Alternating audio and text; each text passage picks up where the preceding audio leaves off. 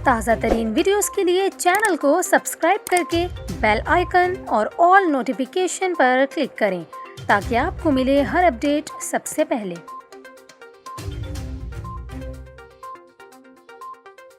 और यहाँ पर आपको खबर दें, पंजाब हुकूमत ने स्मोक बढ़ने के बायस तालीमी इदारों में छुट्टियों के हवाले से बड़ा फैसला कर लिया। पंजाब हुकूमत ने तालीमी इदारों को हफ्ते में 3 दिन बंद करने का ऐलान कर दिया। पंजाब हुकूमत ने लाहौर हाई कोर्ट की हिदायत पर 3 छुट्टियों का नोटिफिकेशन जारी कर दिया, जिसमें कहा कि लाहौर के स्कूल्स में जुमा, हफ्ता और इतवार को छुट्टियां होंगी और स्कूल्स बंद रहेंगे। नोटिफिकेशन में जिम्मेदारों को हिदायत की गई है कि वो बच्चों को नई रूटीन के मुताबिक होमवर्क दें ताकि इनकी पढ़ाई का हर्ज ना हो।